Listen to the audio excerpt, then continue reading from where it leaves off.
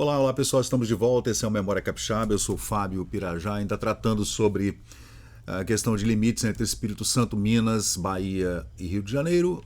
Agora falando sobre a matéria da revista O Cruzeiro, intitulada Um Novo Contestado, de 1948. Esse é um canal que fala sobre história do Espírito Santo, tá, gente? Por isso, Memória Capixaba.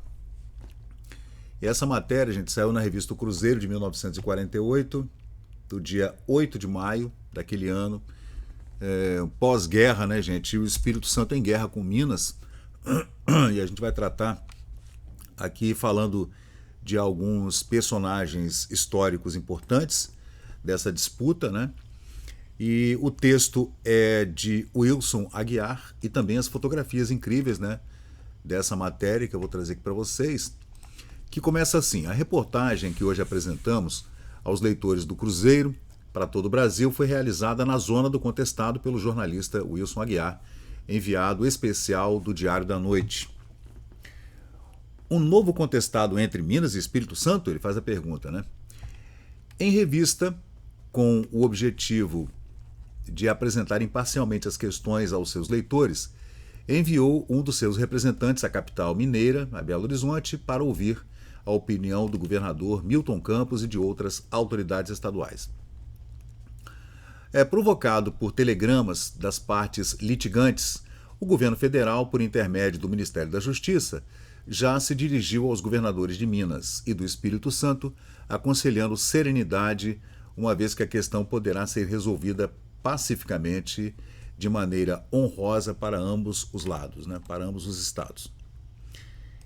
Gente, é incrível, né? Essa história, ela traz desdobramentos, né? E a gente já tem um vídeo falando sobre o problema do contestado ali em 1917, 1918, em correspondências entre o governador, o presidente, né, do estado do Espírito Santo, Bernardino Monteiro, e o da Bahia, o senhor Aragão, que estavam, na verdade, estavam numa guerra, né, para definir a quem pertencia essa ou aquela região, né? E eu tenho aqui um mapa para mostrar para vocês, que é um mapa do contestado que eu encontrei, lindo mapa que eu encontrei na Wikipédia, né? Que eu vou colocar aqui em cima para vocês verem, né? Tá aqui esse mapa e essa é a região do contestado. Eu já mostrei esse mapa em outro vídeo, mas a gente volta a mostrar porque o mapa realmente é incrível, né? Então, gente, a revista O Cruzeiro, participando dos sentimentos dos brasileiros, faz votos para que esta disputa de terras entre as unidades da federação seja resolvida por arbitramento, né? Era muito comum que houvesse arbitragem, né? Como tem sido a tradição do país em suas pendências de fronteira com nações irmãs, por exemplo. Né? O governador Carlos Lindenberg também já se envolveu nessa disputa, né? Francisco Lacerda de Aguiar foi quem fechou a questão do contestado com o governador de Minas, Magalhães Pinto, em 1963, e a gente volta 20 anos em 1948. O panorama internacional pelas lutas entre ideais opostos tem trazido constante agitação ao mundo, dificultando qualquer previsão. Sem dúvida, nesta situação de incertezas, devemos buscar uma política de união para que possamos enfrentar as dificuldades que porventura envolvam o nosso país. Mais uma vez, os 10 mil quilômetros quadrados situados entre o norte do Rio assistem, pela sua posse, aos preparativos de mais uma luta armada agora entre os estados de Minas Gerais e Espírito Santo, de consequências sérias e imprevisíveis. Para este repórter, que é o repórter que foi até a região, Wilson Aguiar, inclusive tirou as fotos, né? Que percorreu cerca de 700 quilômetros com um jipe, visitando todas as frentes de guerra. É uma realidade ridícula a guerra, ele diz, né? Pois, mesmo vendo e fotografando tropas em movimento, foi quase impossível acreditar que neste país de 8 milhões e 500 mil metros quadrados, 8 milhões e 500 mil metros quadrados, com quase 45 milhões de habitantes, dois estados se mobilizem com forças regulares para trocar tiros por um pedaço de terra. O repórter não acredita, né? Então deixa eu colocar aqui para vocês. Aqui é o mapa da região, né? E eu vou trazer aqui para vocês os personagens envolvidos nessa trama que foi vista em primeira mão em loco pelo repórter Wilson Aguiar.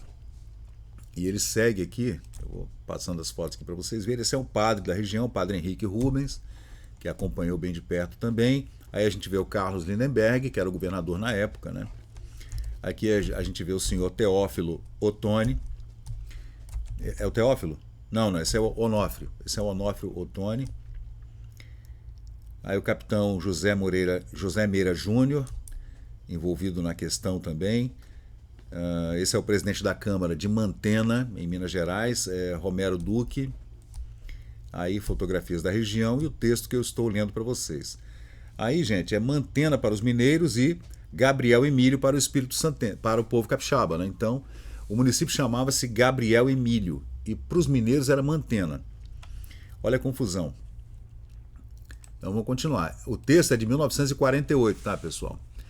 Essa luta ainda se apresenta tanto mais ridícula se considerarmos que uma das partes possui mais de 600 mil quilômetros quadrados, enquanto a outra apenas 44 mil. A zona do contestado é uma verdadeira terra de ninguém. Tanto Minas Gerais, inspirada pelo senhor José Fernandes Filho, prefeito de Mantena, e autor de uma linha limítrofe que leva seu nome, com a qual pretendia transferir a sua localização da Serra dos Aimorés, quanto o Espírito Santo, baseado no laudo arbitral do Serviço Geográfico do Exército, consideram-se com jurisdição na área contestada, litigiosa, né? Uma das mais ricas do Brasil em café, madeira, terras muito férteis para cultivo de todo tipo de cereal. Então já viu, né? A questão não era política, a questão era econômica. Aí é claro que o estamento burocrático estatal vai colocar toda a sua força para resolver o problema, porque daí, tanto de um lado quanto de outro, advêm os maravilhosos impostos, né? As maravilhosas licitações públicas para que se façam estradas e pontes e etc, né? O Estado só quer isso, ele quer dinheiro. O resultado dessa disputa é a constante agitação das populações da zona do contestado, cerca de 70 mil habitantes, é gente pra caramba, né? Com a consequente paralisação das atividades econômicas. Claro, né? Se o povo está em guerra, como é que a economia gira? Não gira, né? Para tudo. Para o capixaba, que vem ameaçado um quarto do seu território, é uma questão de vida ou de morte. Apesar dessa pendência entre Minas e Espírito Santo datar de mais de um século, muito mais de um século, né? Ela foi ativada em 1945 e reativada no momento, em 1948, pela ambição do prefeito de Mantena, o senhor José Fernandes Filho, julgo Fernandinho, que ao tomar conhecimento do laudo arbitral do Serviço Geográfico do Exército, feito pelo Estado do Espírito Santo, traçou o mapa, o Fernandinho pegou o mapa, pegou um lápis e falou: é aqui a divisão dos municípios, e ponto final. Essa é a razão de manter 300 cangaceiros armados, com os quais conseguiu 80% da votação do município que fundou, o município de Mantena, na cidade que antes era chamada Gabriel Emílio, distrito do município capixaba de Barra de São Francisco, de acordo com a legislação capixaba. O governo mineiro, desde a interventoria do senhor Benedito Valadares, lembrando que nos anos 1930, Getúlio Vargas, dando o golpe, instituiu no Brasil as interventorias. Não havia mais governadores de estado nem presidentes de estado. Seriam interventores, porque havia o quê? Uma intervenção nacional e depois disso haveria eleições, o que nunca houve, porque Getúlio transformou-se num ditador. Maravilhoso, né, ditador. O governo mineiro, então, o interventor na época era o senhor Benedito Valadares, por questões políticas, vem dando braço forte ao senhor Fernandinho, em troca do seu apoio. Inimigo da religião católica, segundo declarações do padre Henrique Rubens, capelão de Mantena, que a gente vê aqui na foto, cadê? Esse é o padre Henrique Rubens, cadê ele? Aqui o padre. Ele proíbe as pessoas de frequentarem a igreja, o Fernandinho, o prefeito. A Câmara dos Vereadores locais só se reúne quando ele quer, disse-nos o presidente da Câmara, o senhor José Romero Duque. Ele está aqui, cadê a foto dele? Esse é o presidente da Câmara de Mantena. E para completar esse quadro, um pequeno ditador que com seus cangaceiros a todos intimida, conforme nos afirmou o juiz de direito Cristalino de Abreu Castro, da comarca de Barra de São Francisco, em menos de 6 meses já mandou assassinar mais de 200 pessoas no contestado porque lhe desobedeceram. Você vê que a questão era uma questão muito séria, tá, gente? Era uma questão muito séria mesmo. Essa é a turma da comissão de inquérito de deputados estaduais capixabas que acorreram à região na época para tentar apaziguar, né, esses ânimos, né? Aí o capitão Josias Gonçalves, comandante em chefe das forças capixabas em operação. Aí os soldados capixabas que foram para a região, né? E aí você vê o povo lá, o lavrador, né? Coitado. Tá lá o cara tentando trabalhar, tirar o sustento da sua família em meio a essa confusão. Aí os soldados, né? E tem fotografias incríveis aí, são soldados capixabas que foram lá para defender a Barra de São Francisco, né? Então, o Fernandinho, gente, segundo o juiz de direito Cristalino de Abreu Castro, já havia mandado matar 200 pessoas. Não sei se isso é um número correto, né? O senhor Fernandinho, tal prefeito do novo município criado, Mantena, milionário, conseguiu fazer fortuna monopolizando o café e os cereais produzidos na região.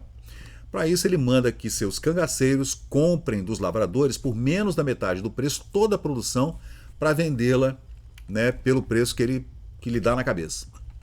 O promotor público, atualmente fugido de Mantena, para não ser assassinado, por um discurso pronunciado quando este repórter visitou a cidade, declarou-nos que o prefeito mineiro pediu uma lei à Câmara de Vereadores proibindo a exportação dos gêneros alimentícios, tão somente porque os lavradores estavam sonegando a sua produção diante de suas imposições. Então o Fernandinho ia lá, os homens dele, né, o que ele chama, que a matéria chama de cangaceiros, né, ia lá até, né, naquela região onde se plantava café e outros cereais, né, intimidava o fazendeiro, mas o fazendeiro ele fazia o quê? Ele dizia que não tinha como entregar nada porque a produção já tinha sido escoada e inventava alguma coisa.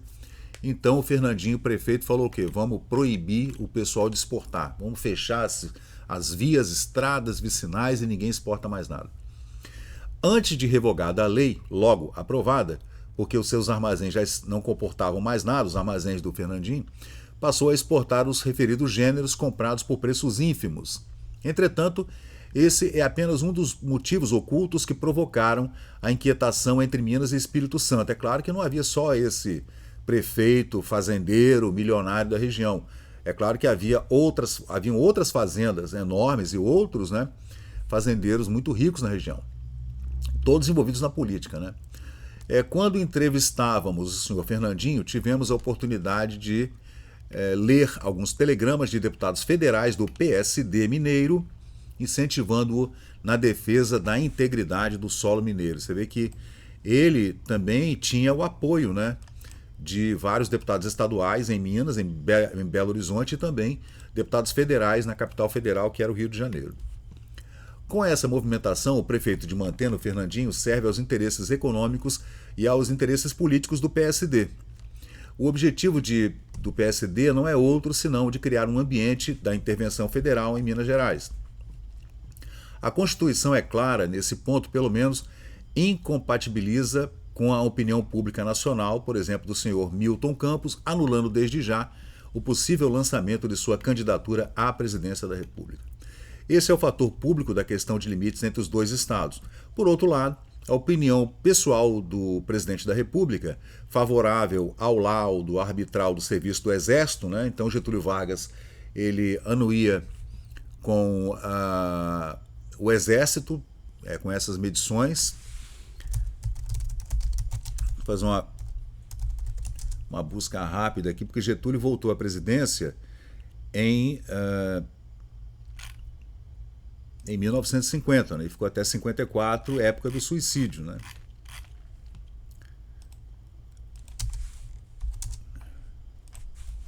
Cadê? Todos os presidentes da República do Brasil. Getúlio ficou de 30 até 1943, não é isso? Depois ele voltou eleito, né? Isso, aí Café Filho assumiu de 54 a 55 e depois voltou o Getúlio, né? Então, gente, Getúlio, ele foi ditador entre 1930 e entre 1930, ele deu o golpe em 37, o golpe do Estado Novo, em 37 com uma nova Constituição, né? Aí, gente, nesse período do contestado aí, o presidente era o Gaspar Dutra, né? Essa comissão, do qual trata aqui o repórter Walter Aguiar para a revista O Cruzeiro, é um laudo arbitral criado pela Presidência da República através do Serviço de Geografia do Exército, pelo presidente Gaspar Dutra, em 1948, para fazer essa medição tudo de novo, pegar a documentação histórica novamente e fazer novamente toda essa papelada da divisão entre os municípios, entre os estados do Espírito Santo e de Minas Gerais, e o presidente estava concordando com o serviço do Exército, né? Claro, ele era um homem do Exército, né? Dizem que era chamado de inescrupuloso e até bandido o senhor Fernandinho, fazia um papel sujo, conforme demonstrou a bancada federal capixaba, e traduz sem dúvida o propósito que tem o Exército de defender a validade do laudo firmado pelo seu serviço de geografia, pelos seus técnicos, engenheiros, e violado para satisfazer desejos inconfessáveis de um chefe de cangaceiros que só conhece o suborno, conforme provou, oferecendo dinheiro ao jornalista para defender a sua causa e o crime. Olha só, gente, o jornalista, então, ele estava para receber propina do Fernandinho, né, prefeito de Mantena, em 1948, para falar bem dele, tudo na revista O Cruzeiro, no Diário da Manhã, né, e outros jornais do Rio de Janeiro. Caramba, olha. Segundo depoimentos que colhemos do juiz Cristalino Castro e do padre Henrique Rumens, como meios para prevalecer a sua vontade, ele comprava as pessoas, né? Tal a disposição das partes em litígio, considera este repórter a situação na fronteira de Minas gravíssima, Minas e Espírito Santo. E para isso, que seja evitado o derramamento de sangue entre irmãos por causa tão ingrata, sugerimos ao governo federal até a solução definitiva do impasse, para que na região, para que ela não se transforme numa nova Canudos, né, que aconteceu na Bahia no final do século XIX, e determine a ocupação por força federal, uma intervenção federal, né, provisoriamente pelo menos, criando ali um território federal, um contestado federal, ou entregando o seu governo ao comandante da tropa. Com essa medida, asseguraria também ao governo o direito de propriedade, evitando o despejo diário de dezenas de poceiros, porque tem isso também, né? O cara pegava os caminhões, enchia de poceiro e ia invadir a terra dos outros, né? Aí é problema, porque se negam a pagar a Minas um imposto que já foi pago ao Espírito Santo. Então, ele ainda ia com a fiscalização em terras capixabas que haviam sido invadidas por mineiros, por poceiros e polícia, etc., cobrando impostos que já tinham sido cobrados e pagos pelos trabalhadores e fazendeiros da região ao Espírito Santo. E também a tranquilidade pública, desarmando os 300 homens do senhor Fernandinho, que põem aquela região quase que selvagem deste país em polvorosa. Então, gente, você vê que a denúncia é grave, inclusive denúncia de suborno, do prefeito de Mantena, o senhor José Fernandes Filho, o Fernandinho, ali naquela época, né, em 1948, e aqui a gente vê quem são os personagens da história contada aqui pelo repórter Wilson Aguiar, para o Diário da Noite, e com fotografias também, e a matéria repercutida em outros jornais e revistas como o Cruzeiro, por exemplo, né? Aqui é uma comissão de deputados capixabas que foram até a região. Esse aí é o capitão José Meira e 2 tenentes das Forças Mineiras no contestado, né? Esse é o capitão Josias Gonçalves, né, das operações capixabas. Será que tem algum parente que reconhece essas pessoas, né? Esse é um agricultor da região. Aí é o radiocomunicador entre as tropas, né? Aí tropas do Espírito Santo, aí o mapa do contestado, a região contestada, entre Mantena e Barra de São Francisco. E aqui está toda a matéria, gente, no Memória Capixaba no Facebook. E esse é mais um vídeo. Eu tenho feito vários vídeos falando sobre limites, não só do Espírito Santo com Minas, mas Bahia também, que é muito interessante. É mais interessante a questão do contestado com a Bahia do que esse de Minas. Porque com a Bahia o embate foi feito de forma diplomática. Então foi muito, muito legal de você ler as correspondências entre os presidentes de província e os presidentes estaduais na época, né?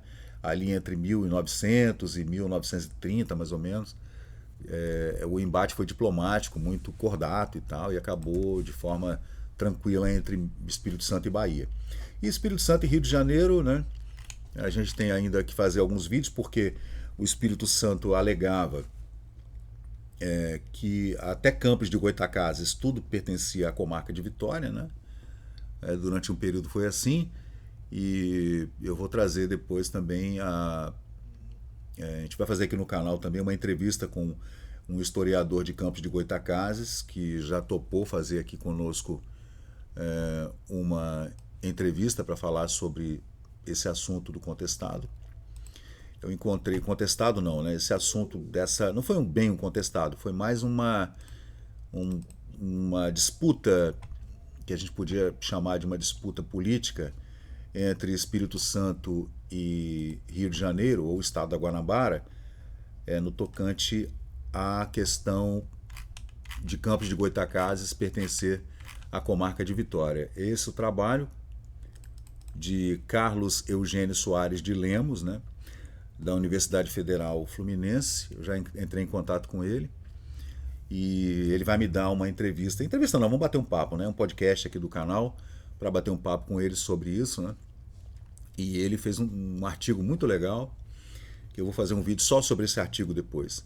A vila de São Salvador, de Campos dos Goytacazes, pertence à província do Espírito Santo ou pertence à província do Rio de Janeiro?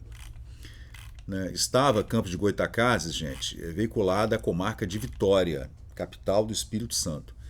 E houve um embate aí bastante grande em meados do século XIX com relação a essa região. Então a gente vai tratar disso depois aqui no canal em outro vídeo. Tem uma playlist aqui no YouTube, no Memória Capixaba, só falando de limites. Mapeamento, zoneamento, os serviços do Exército, entradas, bandeiras e tropeiros, e gente que veio fazendo esses caminhos que eram caminhos antigos dos índios, né, que já povoavam essas terras 1000, 2000 anos. Então havia vários caminhos já, todos eles com uma nomenclatura bastante acurada, com nomes indígenas que a gente utiliza até hoje, inclusive dos rios, riachos, serras, etc.